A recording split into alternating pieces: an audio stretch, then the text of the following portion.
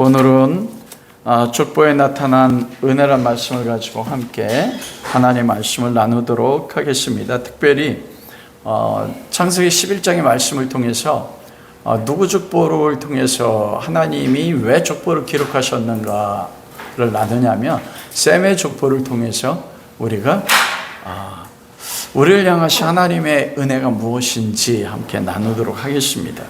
여러분, 왜 성경에 족보가 나옵니까? 그것도 창세기부터 시작해가지고 생각해 보신 적 있어요? 하나님께서 족보를 기록한 목적이 무엇인지.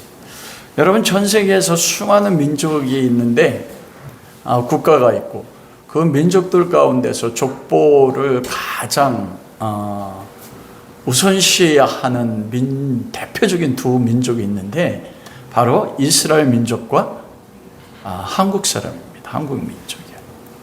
여러분 족보 가지고 있으세요? 아니, 어떻게 인생 살면서 족보도 없어요? 우리가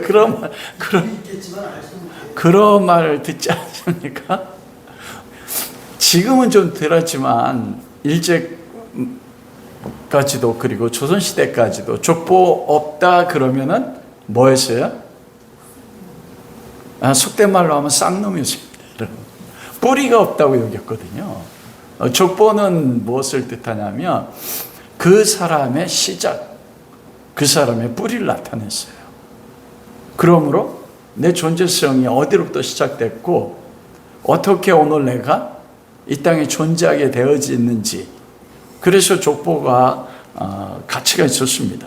여러분, 족보는 중국 한나라부터 시작됐는데 우리나라에서는 삼국시대부터 족보가 기록된 기록이 있습니다. 그리고 고려시대.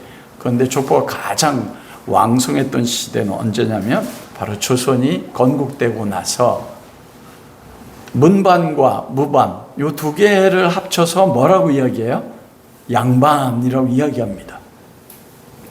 그걸 통해서 양반과 상민 그리고 천한 사람들이 구분되기 시작했어요. 구분되는 그 기준이 뭐였냐면 족보였습니다. 여러분. 그래서 제가 우리 집사람을 결혼할 때 제주도에 내려갔는데 우리 장인어른이 하시는 말씀이 오서방 어디 족보야? 그러시면서 자랑하셔요. 우리는 왕의 족보야. 우리 집사람이 전주희 씨 왕의 족보거든요. 그래가지고 장인어른이 그거 굉장히 중요시겠어요. 근데 제가 속으로 아니 제주도에 유배된 왕이 있네. 그래도 우리는 유배당하지 않은 양반인데 이게 제가 족보에 이거 10권이 돼요. 10권 우리 집에. 저희 족보는 동복 오씨. 그래서 오씨에는 3개, 많이 나면 5개 정도가 있는데 고려시대 때 중국, 즉 동북 지역, 고구려가 통치했던 그쪽에서 한반도로 넘어와서 오씨가 시작됐어요. 그래서 오씨에 가장 많은 건 해주 오씨고 그 다음에 보성 오씨, 그 다음에 우리 동복 오씨, 전 동복 오씨입니다. 그 족보를 보면은 저의 시조가 누군지를 알아요. 그리고 그 시조 가운데서도 파가 나눠질 때 나는 어느 파에 속해져 있는가, 나의 뿌리가 어디로 시작됐는가. 저희는 보통 묵제공의 13대손이라고 이야기해요. 제가 묵제공이 누구냐면 조선시대 때 좌의정을 했던 저희 시조예요. 그러니까 저희 묵제공파의 시작은. 그러니까 저희 처가에서는 왕족이라는 것 때문에 뭐예요? 우리는 왕가야. 그리고 저는 뭐예요? 우리 제 시족 가운데서 가장 벼슬이 높은 사람. 그게 족보입니다. 그래서 족보 또 성경에서 계보라고 이야기하는데 한 가문의 계통과 혈통 관계를 기록한 책.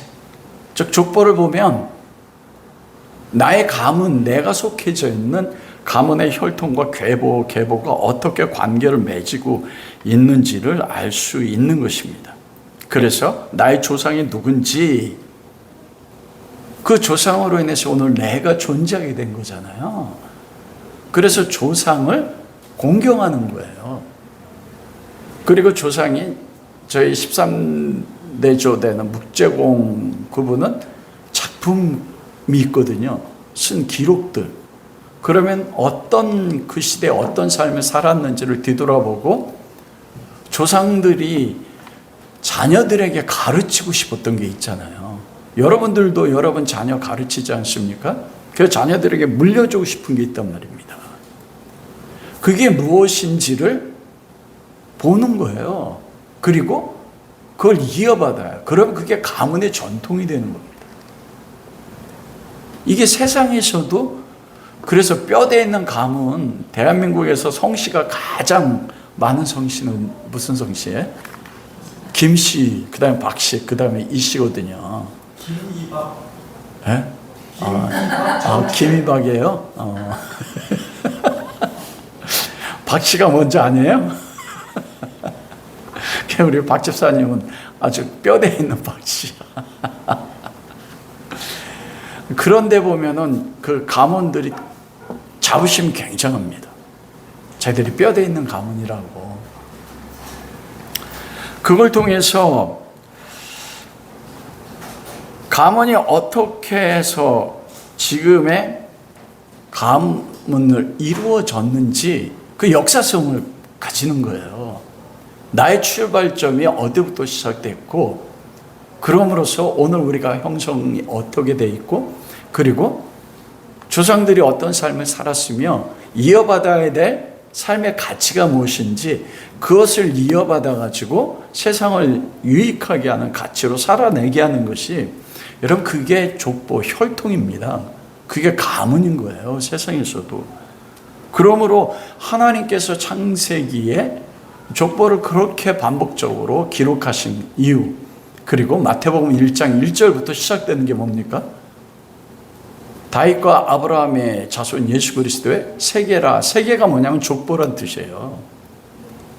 마태복음에는 아브라함과 다윗의 자손으로 기록되어 있지 않습니까? 우리 성경에는. 근데 원어에 보면 다윗과 아브라함의 자손 예수 그리스도의 세계 족보라 딱. 왜냐하면 마태복음은 그걸 통해 가지고 그리스도로 26절까지 마치거든요. 왜냐하면 다윗으로 시작된 게 뭐냐면, 우리가 마지막 찬양이 그거잖아요. 주님만이 왕이십니다. 마태복음은 예수 그리스도가 왕이라고 기록하는 거거든요. 그래서 다윗부터 시작하는 것입니다. 다윗 왕. 그리스도가 다윗 왕의 후손이에요. 그래서 예수님이 메시아로 사역할 때, 예수 그리스도를 부를 때, 많은 병자들이 주님 앞에 치유받기 원할 때 예수님은 어떻게 불렀습니까?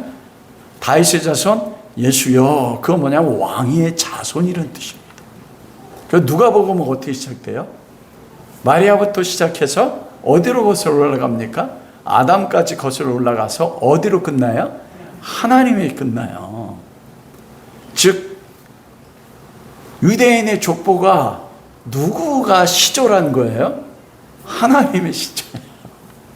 그 족보를 통해 가지고 우리는 하나님이 창조하고 하나님의 씨로부터 시작된 거예요. 그게 족보를 기록한 목적인 것입니다.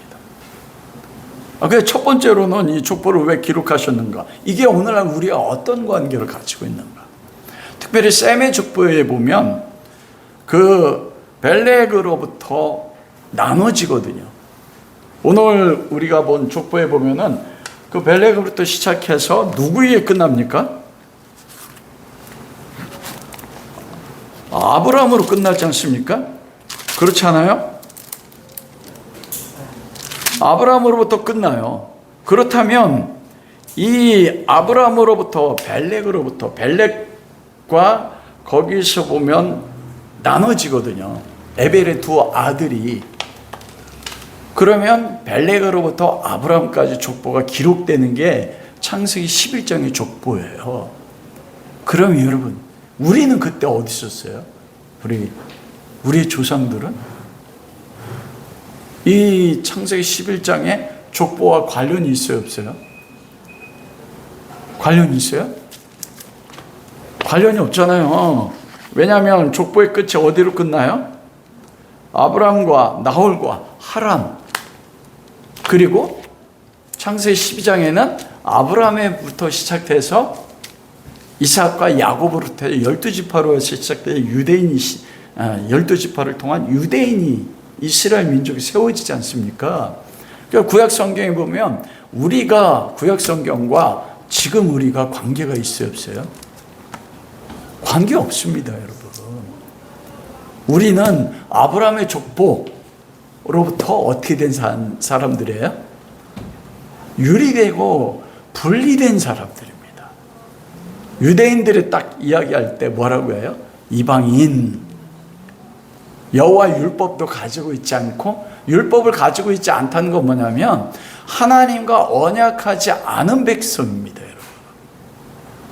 하나님의 언약에 아브라함과 언약했잖아요.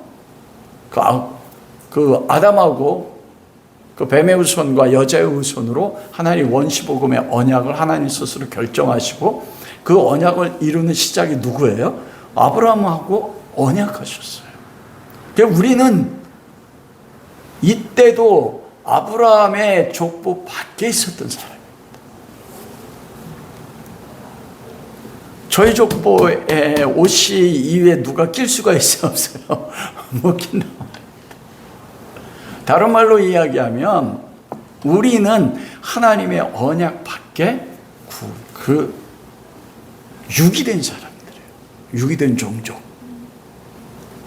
만일 어떤 하나님의 은혜의 역사가 없었다면 우리가 하나님의 족보에 들어갈 수가 없는 것입니다.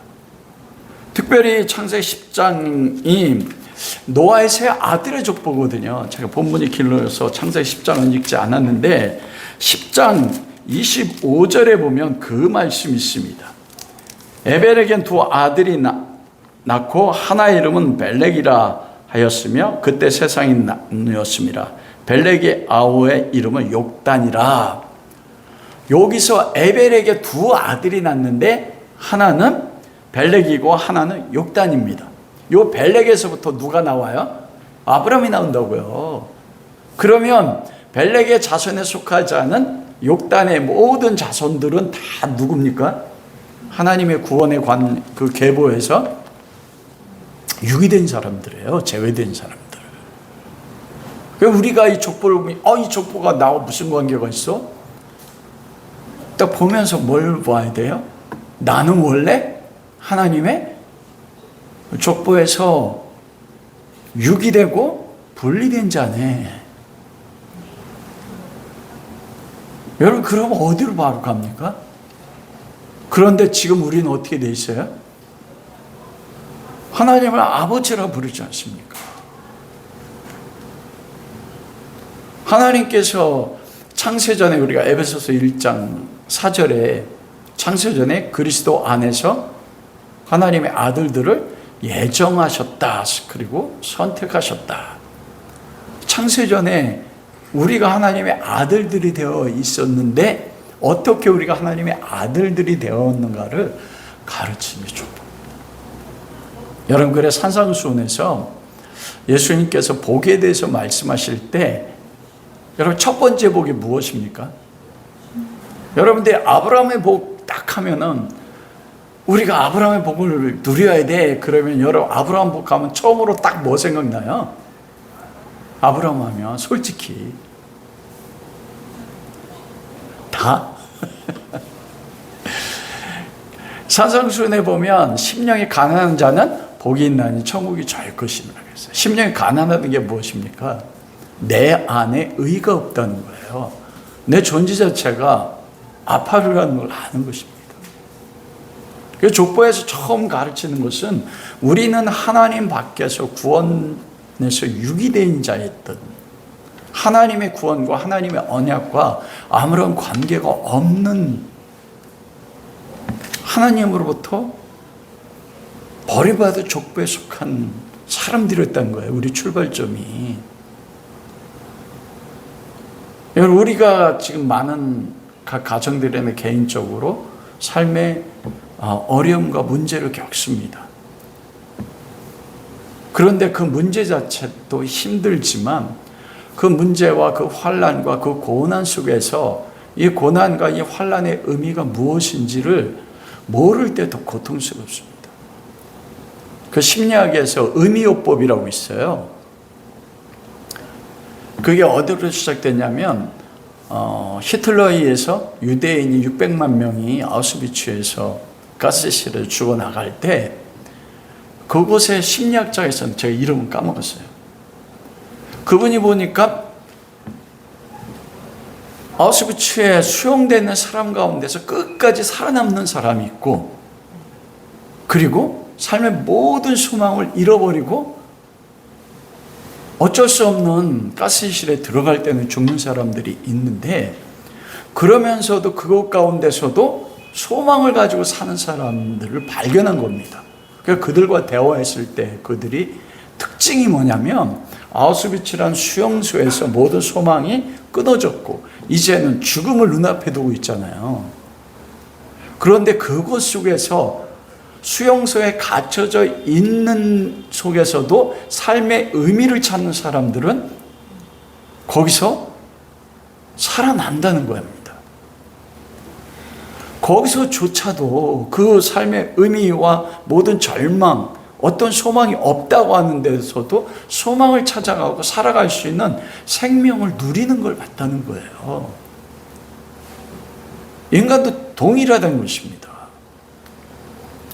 우리가 겪고 있는 이 삶의 고난이나 우리가 삶의 이런 문제, 이건 너무 힘든 거예요.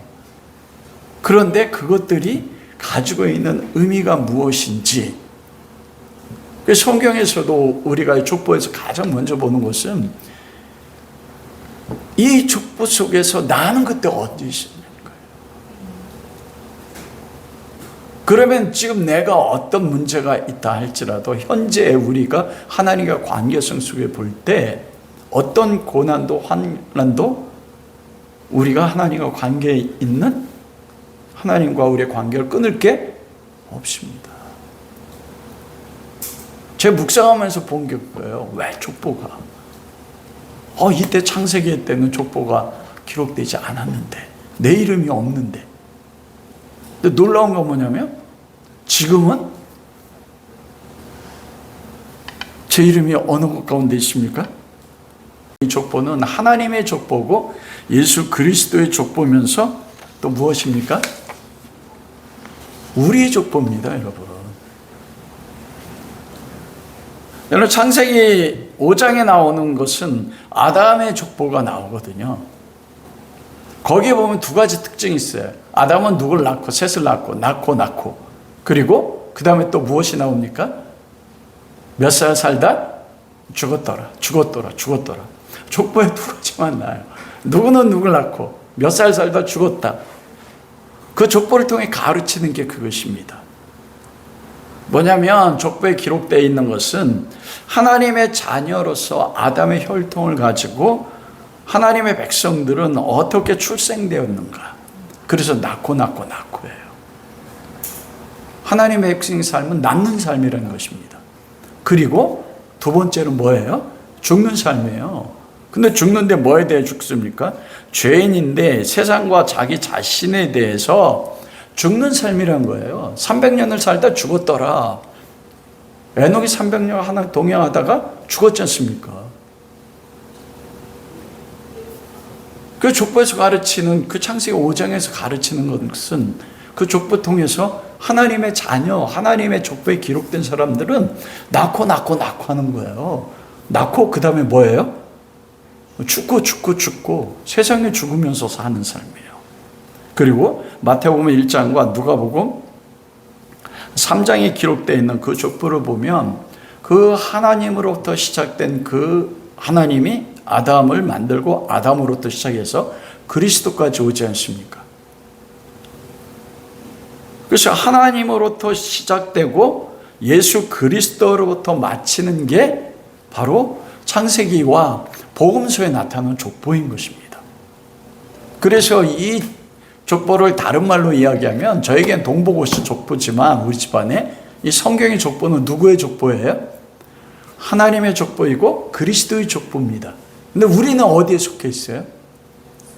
예수 그리스도 안에 있지 않습니까? 우리가 그리스도를 믿으면 그리스도가 내 안에, 내가 그리스도 안에 있지 않습니까? 그러면 이 족보가 그래서 누구의 족보입니까? 우리의 족보인 거예요. 아브라함에서 끝났지만, 왜냐하면 우리가 갈라디아서 3장에 그런 말씀이 있지 않습니까? 갈라디아서 3장 29절. 너희가 그리스도의 것이면 곧 아브라함의 자손이요 약속대로 유업을 이을 자다. 우리가 그리스도 안에 있으므로 사도 바울이 뭐라고 합니까? 너희가 아브라함의 자손이야. 그러면 오늘 본문에 26절에 끝나는 아브라함의 안에 누가 있어요? 우리가 있는 거예요. 그래서 성경의 족보가 그래서 누구의 족보입니까? 하나님의 족보고 그리스도의 족보지만 동시에 우리 족보인 겁니다, 여러분.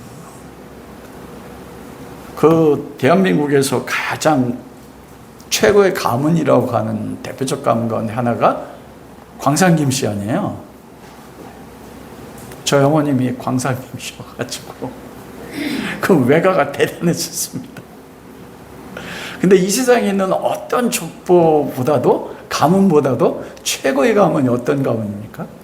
하나님의 가문 아닙니까? 우리가 그 하나님의 가문에 속해져 있다는 것입니다. 그래서 오늘 족보를 통해서 또 하나님께서 가르치는 것은 무엇이냐면, 우리가 어떻게 예수 그리스도 안에서 하나님의 가문 속에서 태어났고 어떻게 개혁되어졌고 어떻게 완성되었는지를 가르치는 게 무엇이에요? 바로 족보인 것입니다. 이 족보를 히브리 말로 톨레도시라고 하잖아요. 여러분 배우셨죠? 톨레도시란 말이 족보 계보란 뜻인데, 이것은 신학적으로 이야기하면 하나님이 죄인된 죄인을 구속하기 위한 하나님의 목적을 가지고 그 하나님의 가문에 사람들을 기록한 족보가 바로 톨레도시입니다. 그래서 단순한 족보를 이야기하는 게 아니에요. 즉 하나님과의 혈통과 하나님과 어떤 관계가 맺어졌는지를 기록한 것이 바로 톨레도시입니다. 하나님께서 하나님의 뜻을 이루기 위해서 구원의 특별한 목적을 가지고 기록한 것입니다. 그러면 여러분, 이게 어떤 의미를 가지냐면, 이게 하나님의 족보고, 이 족보를 기록할 때 하나님의 구속을 목적으로 기록을 했어요. 여러분들이 내가 하나님의 백성이 맞아? 그런 확신을 언제 갖습니까? 그런 증거가 어디 있어요? 그 증거가 어디 나옵니까, 여러분? 성경 어디에 나와요? 제 족보가 여기에 기록이 돼 있어. 그러면 창세기 11장에 아브라함, 우리가 그리스도의 것이면 아브라함의 자손이라고 돼 있잖아요. 그러면 내 이름이 지금 어디에 기록되어 있습니까? 내 이름이 성경에 기록되어 있잖아요. 그럼 네가 예수 믿는 사람 맞아? 구원받았어? 그럼 뭐 어떻게 얘기해요? 봐, 내 족보가 성경에 기록되어 있잖아. 여러분, 우리가 하나님의 자손인 것, 우리가 구원받았다는 것을 어떤 행위를 통해 증명하고 싶어 합니다. 그게 부분적으로 맞습니다. 그러면 범죄하면 어떻게 돼요? 우리가 하나님의 자녀라는 그 구원의 절대성은 나의 행위에 결정나지 않습니다. 하나님의 은혜로 내 그리스도를 믿으면 그때 우리가 그리스도 안에 있고 그리스도가 우리 안에 있고, 그렇게 믿을 때, 이 믿기 전에 이미 창세 전에 하나님 마음에 우리의 이름이 새겨져 있지만, 우리가 믿는 순간 우리의 위치는 그때 어디로 바뀝니까? 하나님의 자녀가 돼서 내 이름이 어디에 기록이 돼요? 이 족보에 기록된 거예요, 여러분. 이 구약 성경이나 신약 성경에 보면 오한영의 이름이 나와야 안 나와요? 나와야 안 나와요? 은혜의 자매 이름 나와야 안 나와요? 기록으로 안 나오지 않습니까? 영의 눈으로 보면 어디 나와요? 이 성경의 족보가 제 족보란 말이에요. 그래서 구약 성경에 톨레도 족보를 나눌 때 아담의 족보와 셋의 족보와 그리고 노아의 족보가 나오고 거기서 또 셈의 족보가 갈리는 거예요. 셈의 족보에서도 벨렉의 족보가 갈리는 겁니다. 그 족보가 계속되면서 계속 분리가 돼요. 분리가 되면서 분리의 마지막에 아브라함을 통해서 그 마지막에 다윗을 통해서 누가 나와요? 그리스도가 나오는 것입니다. 그러면 나는 어디 있어요? 그리스도의 것 아니에요. 그럼 두 가지예요. 제가 그리스도 안에 있기 때문에, 그리고 그리스도의 것이면 아브라함의 자손이란 말입니다. 그게 복음으로 성경을 보는 거예요. 하나님께서 신약을 시작하는데 왜 족보로 시작합니까? 그래서 마태복음 1장 1절 아브라함과 다윗의 자손 예수 그리스도의 세계라 딱 그렇게 이야기할 때, 얘들아, 성경에 있는 모든 하나님 백성들에게 이 복음서와 이 신약 성경은 바로 너희들의 족보에 대한 이야기야. 너희들의 삶에 대한 이야기야. 즉 신약 성경에 나오는 모든 하나님의 사람들, 그들이 제자든지 사도든지 아니면 여인이든지 그들은 누굽니까? 나와? 한 족보 안에 하나님의 족보에 있는 하나님의 가문에서 한 혈통이에요. 그래서 구약 성경 전체뿐만 아니라 신약 성경 전체가 누구를 향해서 쓴 거예요? 우리를 향해 쓴 거고, 그 기록 전체가 무엇에 대한 기록입니까? 하나님의 가문에 대한 기록입니다. 그러면 이 성경의 주인공이 아브라함이고 이삭이고 야곱이지만 그게 누구에 대한 이야기예요? 우리에 대한 이야기입니다. 믿음을 통해서 그 안에 들어가고. 그게 하나님께서 이 창세기에 족보의 의미를 기록한 목적인 것이에요. 그 신약 성경에 이 구약의 톨레도시 그 세계라, 마태복음 1장 1절 세계가 게네시스, 영어로 하면 제네시스예요. 제네시스 하면 딱 기억난 거 있지 않습니까? 현대차 중에서 최고 레벨이 높은 차가 제네시스잖아요. 제네시스가 무슨 뜻이에요?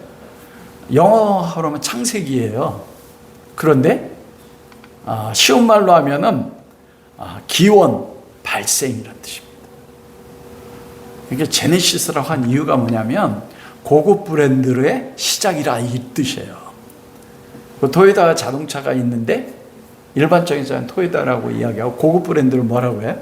렉서스라고 하지 않습니까? 그걸 뻔따가지고 현대차와 다른, 차원이 다른 새로운 기원과 새로운 시작된 차가 제네시스라고 딱 이야기한 겁니다.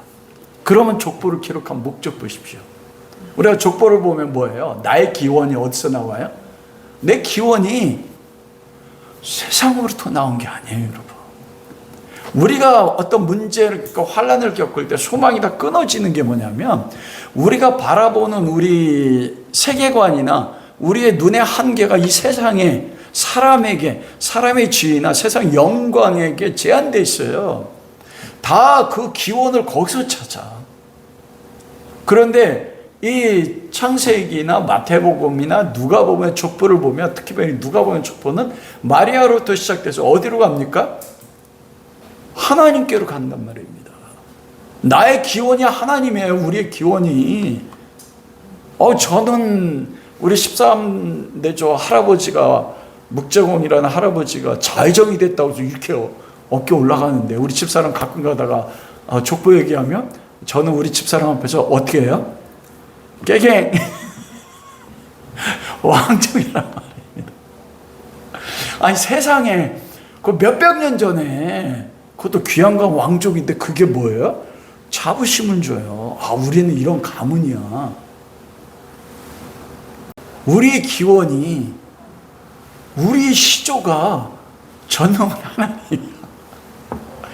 여러분, 이게 믿어지면은 우리가 이 땅 가운데서 아무리 낮은 곳에 있어도 돼요. 예수 그리스도가 몫으로 30년 사셨습니다. 3년의 공생하면서 자기 땅에 오며 자기 백성이 영접지 아니하셨습니다. 그러나 왕으로 사셨어요. 그게 어디로 시작됐습니까? 하나님 자체시니까. 아버지로부터 본받았으니까.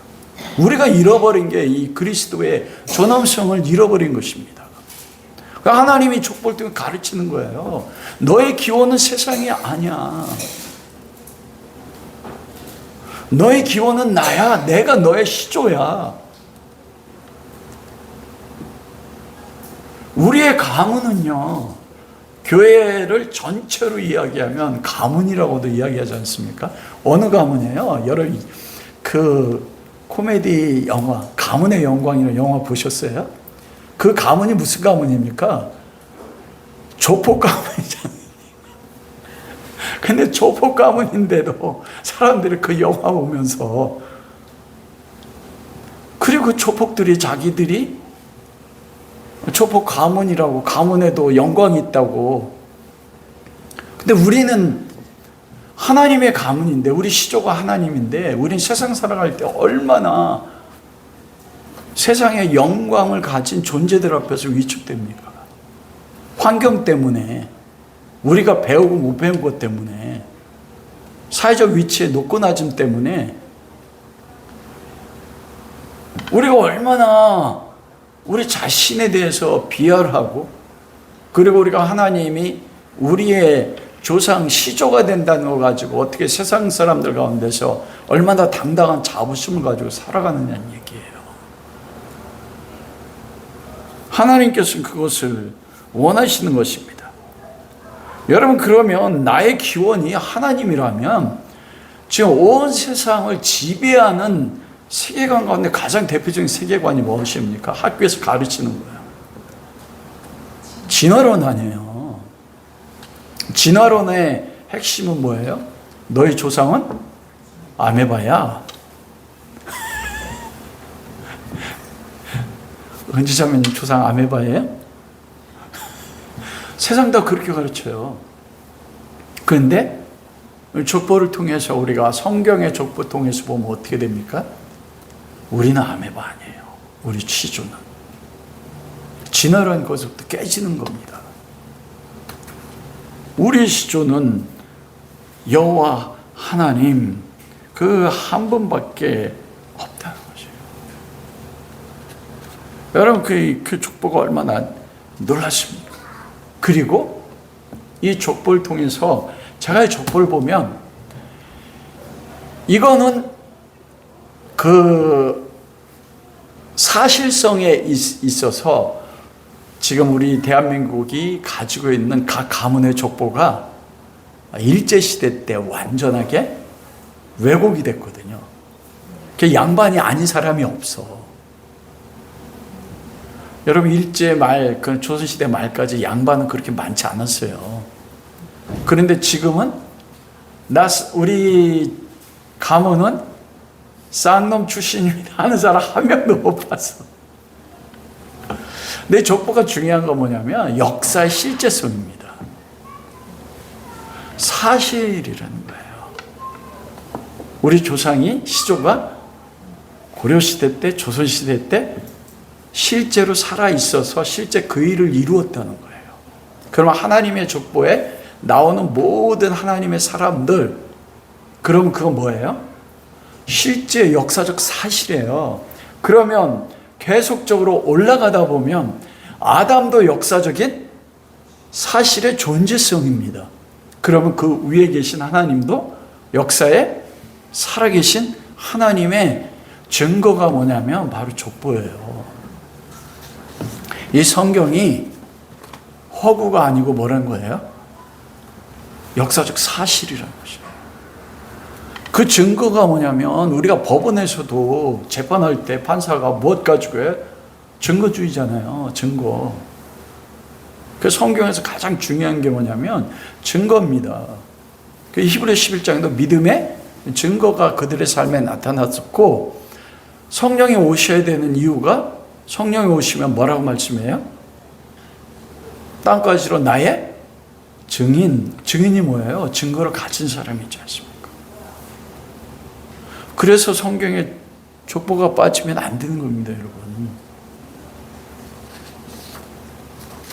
그런데 여러분, 우리가 이 족보에 들어갈 수 있었던 것은 가장 근원적인 이유가 뭡니까? 우리는 원래 셈의 족보에서, 특히 벨렉의 족보에서 갈라졌잖아요.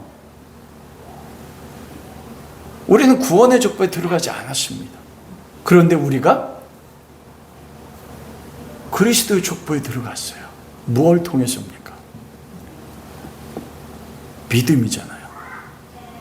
그리스도를 믿는 믿음을 통해서. 근데 그리스도를 믿는 믿음 안에 앞에 뭐가 있습니까? 은혜인 것입니다. 이 족보를 기록한 가장 큰 의미는 뭐냐면, 우리 모두는 하나님의 은혜, 죄로 인해서 하나님의 은혜를 떠나 뿌리가 뽑힌 나무가 되셔. 우리에게는 뿌리가 뽑힌 나무 보셨습니까, 여러분? 장마철에 뿌리가 바로 뽑히면 바로 말라요, 안 말라요? 안 말라요. 몇 달 가요. 근데 시간이 지나면 지날수록 나무가 말르고 잎이 말라서 죽어가는 거예요. 이게 사람 인생의 정체성입니다. 그렇게 죽어갈 수밖에 없는 죄인의 인생 속에 하나님의 가문을 창세전에 선택하셔서 은혜로 하나도 빠짐없이 구원하시는 하나님의 신실성을 나타낸 기록한 게 족보입니다. 여러분, 그 이유를 제가 말씀드릴게요. 그게 왜 하나님의 은혜고 하나님의 신실하심인지. 창세기 10장 21절 한번 보세요. 창세기 10장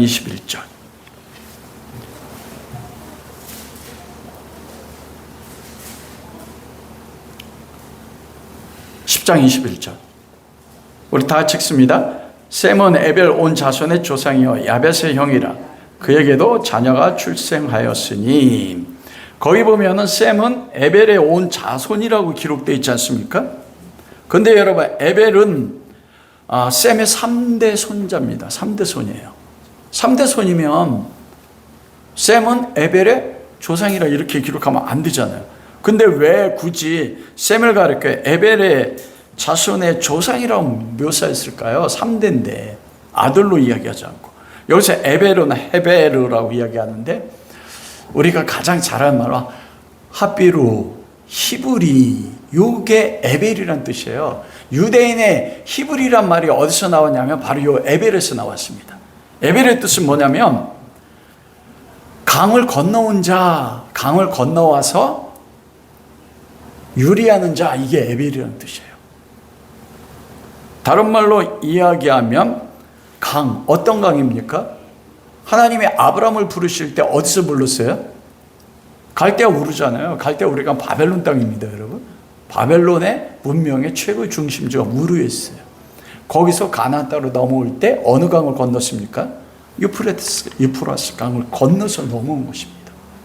그 에벨이란 뜻은 뭐냐면 하나님의 선택에 따라서 강을 건너오는 자.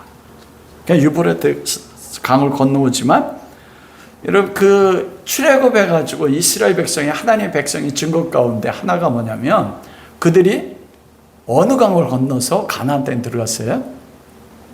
요단강을 건너서 가나안 땅에 들어갔죠. 강을 건너는 자. 여러분, 신기한 게 뭐냐면 하나님을 믿는 유대인들 뿐만 아니고 그리스 로마 신화에도 그렇고 세계의 모든 신화들이나 보면 사람이 죽으면 어디를 건넌다고 그래요? 우리 동양에서도 어느 강을 건너요? 황천강을 건넌다고 하지 않습니까? 그리고 그리스 로마 신화에도 강을 건너서 갔잖아요. 저 죽음의 세계, 다른 세계를. 근데 신기한 겁니다. 전 세계 문화, 종족 가운데 그게 흐르는 것이에요. 그래서 에벨이라는 건너서 가나안 땅으로 들어가는 자. 그래서 이 에벨이라는 단어가 무엇을 나타내냐면 하나님의 선택받은 백성, 즉 교회의 정체성을 나타내요. 교회와 성도는 하나님의 선택을 받아서 강을 건너는데 어떤 강을 건넙니까? 세상의 강이에요. 세상을 지배하는 세상의 강을 건너서 그리고 하나님의 백성으로서 이 세상 속에서 뭐하는 사람들이에요? 나그네 인생길 사는 사람들. 그게 에벨입니다. 그들이 기록한 것, 그게 바로 죄로 인해서 바벨탑의 그 죄로 인해서 심판받은 거잖아요. 근데 그들 가운데서 에벨의 자손 가운데서 벨렉이 나오고 거기서 아브라함이 나왔지 않습니까? 하나님이 그들을 선택해서 세상의 강을 건너서 구원받은 하나님의 백성을 만든 거예요. 그게 족보예요. 창세기 10장의 족보. 하나님은 어떻게 그들을 구원해 내셨는가? 무엇으로 구원했습니까? 에벨을 어떻게 낳았어요? 하나님의 은혜로 낳은 거 아닙니까? 그리고 25절에 31절에 보면 에벨이 두 아들 낳아요. 벨렉을 낳고 욕단을 낳아요. 그래서 이 동양인의 조상이 이 족보를 기록한 그 목사님들 책에 보면은 바로 거기 보면은 30절에 보면은 그들이 거하는 곳은 메사에서부터 스발 가는 길에 동편산이라. 이걸 원어로 해석하면은 뭐 어떻게 되냐면 산을 넘어 동쪽으로 간 사람들 딱 이렇게 나와요. 누가요? 욕단의 자손들이.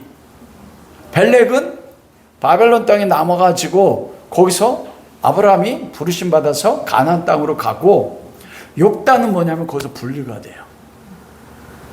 분리가 돼서 동쪽 산을 넘어 동쪽으로 간 사람들, 이게 욕단이에요. 그래서 어느 목사님이 족보를 하면서 우리 한민족이 그때 욕단의 후예로 그 천산 있지 않습니까?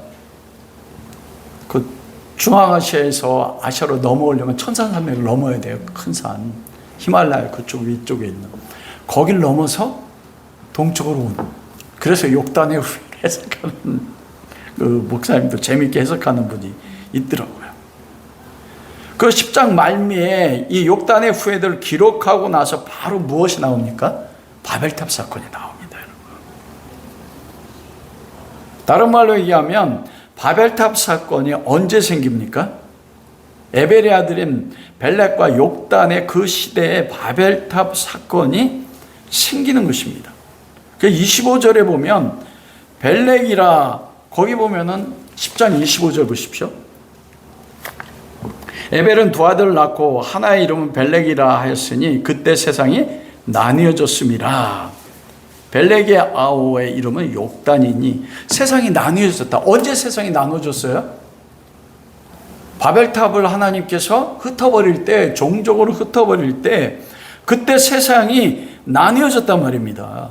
그러니까 뭐냐면 이 벨렉과 욕단의 시대 때 세상이 나눠진 것이에요. 근데 여러분, 이 세상이 나눠졌다, 히브리 언어가 파레그란 뜻인데, 이게 직역하면 뭐냐면 그때 땅이 큰 압력으로 갈라졌다 이 뜻입니다. 땅이 압력으로 갈라졌어요. 여러분, 예전에 고등학교, 중학교 다닐 때 지리 배울 때 그 지리 선생님이 딱 뭉치면 지구가 어떻게 돼? 땅이 딱 맞아 들어가잖아요. 저기도 보면 저기 아메리카하고 아프리카하고 딱 붙이면 어떻게 돼요? 맞아간단 말이에요. 그래서 부분적으로 딱 뭉치면 지구가 원래 하나의 땅덩어리였어요. 근데 하나님께서 언어를 나눌 때 뭐도 나눴어요? 땅을 나눴습니다. 그래서 이렇게 나눠진 것이에요. 혼잡하게 할 때 하나의 땅인데 나눠진 것입니다. 여러분, 그렇게 나눠지게 뭐냐면 은혜라고 말했잖아요. 그들이 하나가 되면 결국 어떻게 합니까? 바벨탑을 쌓아서 하나님을 대적하면, 그러면 하나님은 다시 심판을 하셔야 되는 것이에요. 그래서 흩트는 게, 민족을 흩트고 땅을 나누는 게 뭐라고 했어요? 은혜라고요. 구원의 은혜. 종족을 언어로 나누니까 바벨탑은 어떻게 됩니까? 건축하던 게 멈추고 바벨탑도 무너지는 것입니다. 그 흩어고 무너지는 게 하나님의 은혜인 것입니다. 그런데 놀라운 건 뭐냐면 여러분, 그 벨렉과 욕단의 시대 때 바벨탑이 무너지고 언어가 종족이 나눠지고 땅이 갈라졌다고 했잖아요. 여러분, 그때 노아와 셈이 살아있었을까요? 죽었을까요? 노아가 홍수 끝나고 나서 몇 년을 살았습니까? 350년 더 살았어요. 950살에 죽었어요. 셈이 홍수 후 2년 100살 때 아이를 낳았어요. 자녀를 낳고. 그리고 500년을 살아서 600살을 살았어요. 그런데 에벨은 3대 손이잖아요. 셈의 3대 손. 그러면 한 세대를 100년을 쳐도 이 바벨탑을 지을 때 노아와 셈이 살아있었어요? 죽었어요? 살아있었습니다, 여러분. 이해가 되세요?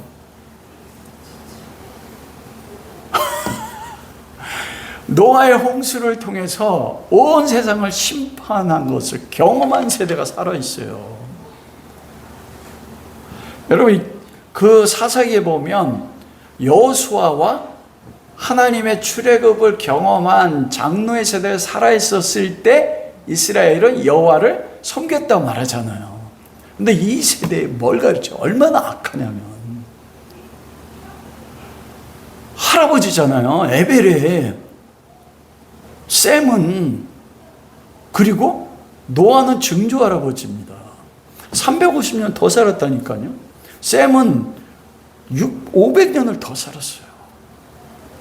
그런데 자기의 손자, 노아로 보면 4대 손인 벨렉과 그때 욕단의 그 자손들이 그때 뭘 만들었어요? 바벨탑을 쌓으면서 우리가 하늘에다 하나님의 꼭대기에 올라가자. 여러분, 이 족보를 기록한 게 뭐냐면 인간의 존재 악함입니다. 사람 바뀌지 않는다는 거예요. 노아가 살아있는데 생생하게 자기의 증조할아버지가, 아니 증조할아버지지, 4대 위에면 할아버지 셈이 살아있어요. 홍수를 경험한 세대들이. 그런데 그 3대 손, 노아의 4대 손들이 뭘 만드니까? 바벨탑을 만들어서 하나님을 대적하는 것입니다. 세상이 그렇다는 거예요. 하나님께서. 세상은 인간의 어떠한 노력이나 도덕성에 따라서 구원받을 수 없고, 인간을 그 하나님이 은혜로 개입하지 않으면 인간은 누구를 대적하게 되어 있습니까? 하나님을 대적하고 멸망할 수밖에 없는, 결코 변하지 없는 악한 존재라는 것을 족보 가운데 말씀하는 겁니다.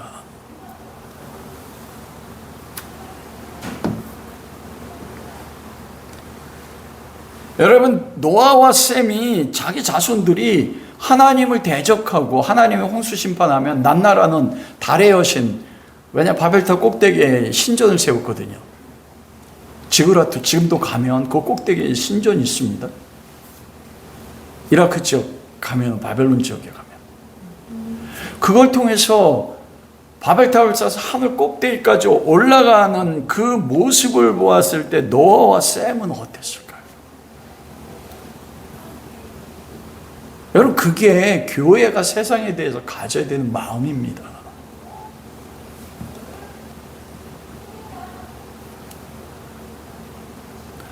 그런데 하나님께서는 그 톨레도 가운데 그렇게 바벨탑을 짓는 그 악함.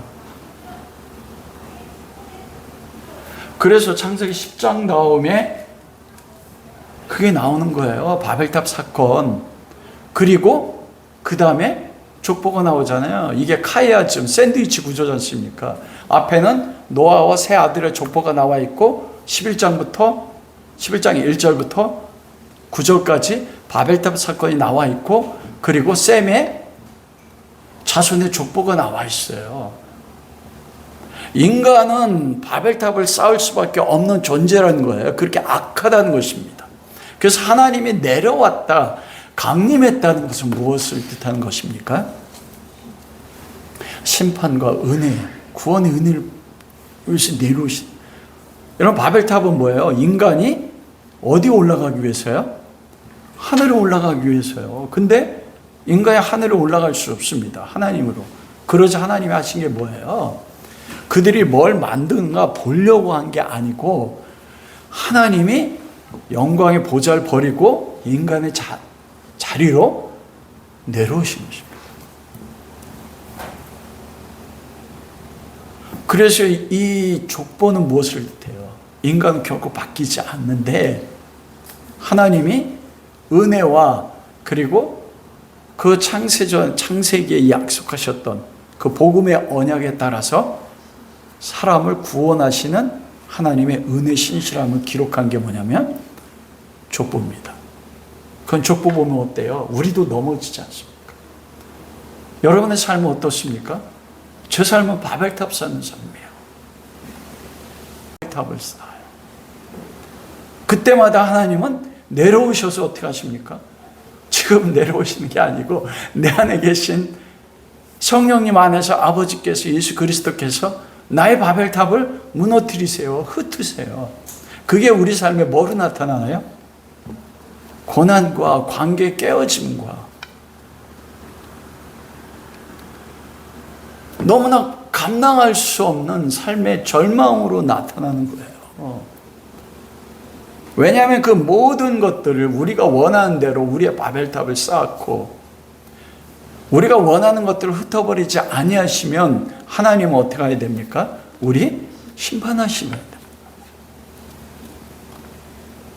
그래서 우리를 내려오셔서 무엇하는 것이에요? 심판하시는 것. 그게 하나님의 최고의 은혜인 것입니다, 여러분.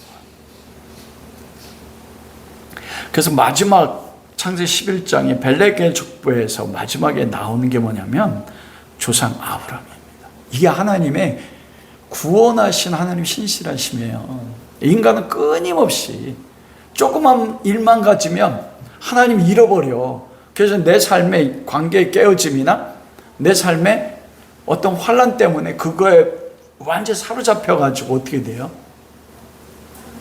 모든 거 다 잃어버립니다. 심지어 뭐냐? 하나님 나 버리셨네? 내 삶에 이 하나님 나 버리신 것 같은. 그런데 오늘 26절에 보면 뭐라고 말씀합니까? 하나님이 누구를 부르셔요? 아브라함을 부르세요. 이게 우리 삶의 동일합니다. 여러분의 삶에서는 우리가 바벨탑 쌓는 것 같아서 내 삶이 흩어지고 모든 게 무너지는 것 같아요. 근데 그게 뭐냐면 우리로 하여금 아브라함의 자손이 돼서 그리스도로 족보가 마치는 그걸 이루시는 하나님의 구원의 역사인 것입니다. 그러므로 말씀을 마치도록 하겠습니다. 우리가 족보를 통해서 하나님의 은혜를 안다면 우리 삶에서 여러분 지금 내가 환난이 있을 수 있어요. 고난이 있을 수 있어요. 그래서 그 벨렉의 시대 때 바벨탑을 쌓은 것처럼 여러분 벨렉이 노아의 3대 손이에요. 그 안에서 아브라함이 나온다니까요.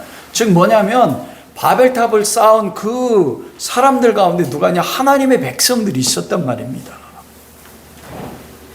우리의 삶에도 내 삶이 하나님의 대적해서 바벨탑을 쌓는 것 같을 때 모든 것이 무너져 내릴 때 우리 삶이 지금 보이는 것이 환난밖에 없고 그리고 고난밖에 없고 문제가 첩첩산중 쌓여져 있는 그 가운데 있을 때 그것이 내가 바벨탑을 쌓은 것에 대해 하나님 흩어버리는 심판으로 나타난다 할지라도 그 마지막은 그 결론은 무엇을 끝납니까? 아브라함으로 끝나요. 그게 나의 삶에서도 동일하고 우리의 자녀의 모습에도 동일합니다. 교회의 모습에도 동일합니다. 그러므로 우리가 족보를 통해 바라볼 건 뭐냐면 지금의 우리의 모습이 어떠하더라도 멜렉의 시대처럼 바벨탑을 쌓는 것 같아도 하나님이 무너뜨리실 거예요. 그러면 무너지는 것 같고 흩어지는 것 같으면 기뻐하십시오. 그 다음에 뭐가 있어요? 아브라함이 있어요. 우리의 삶 속에서 그리고 우리 자녀와 교회 가운데서 아브라함의 세대가 일어나게 하시는 것이 하나님의 은혜 있고 우리를 향하신 하나님의 신실하심입니다. 그러므로 우리를 통해서 하나님의 족보를 완성해 나가는 거예요. 그럼 우리가 하나님 앞에 할 수 있는 건 무엇입니까? 우리 찬양했잖아요. 주의 선하심. 주의 선하심과 주의 신실하심을 찬양하는 거예요. 내 평생에 그 주님의 신실하심만을 찬양하겠다는 거예요. 내가 주님의 신실하심과 주님의 은혜만을 노래하겠다. 실제로 노래하고 실제로 찬양할 뿐만 아니라 삶으로 하나님을 찬양하는 것입니다. 그게 하나님의 백성이에요. 구원받아 하나님의 백성. 그래서 고난이 내게 유익이라. 이 고난을 통해서 여호와의 율례, 은혜, 하나님의 신실하심을 경험하며 그 다음에 나가서 우리가 모든 것이 무너졌다고 여길 때 바알과 실라가 빌립보 감옥에서 착고에 차이고 등에는 피가 흐르는데 그들이 뭐 했어요? 하나님을 찬미하며 그때 어떤 일이 일어났습니까? 감옥이 흔들리고 하나님이 흔든다니까 우리 삶이. 감옥의 모든 문들이 열려졌어요. 그 우리를 결박한 쇠사슬이 풀어져요. 그리고 여러분들을 통해서 그리스도의 족보로 하나님이 여러분 삶으로 완성해 나가실 것입니다. 그러므로 환란이 있습니까? 쇠사슬을 메고 감옥에 갇힌 것처럼 막혀 있습니까? 그 문을 여실 것입니다. 쇠사슬을 풀어내시고 아브라함을 통해서 구속사를 이루신 그 구속사를 이루기 위한 하나님의 최고의 은혜인 것입니다. 그걸 경험할 수 있기를 주님의 이름으로 축원합니다.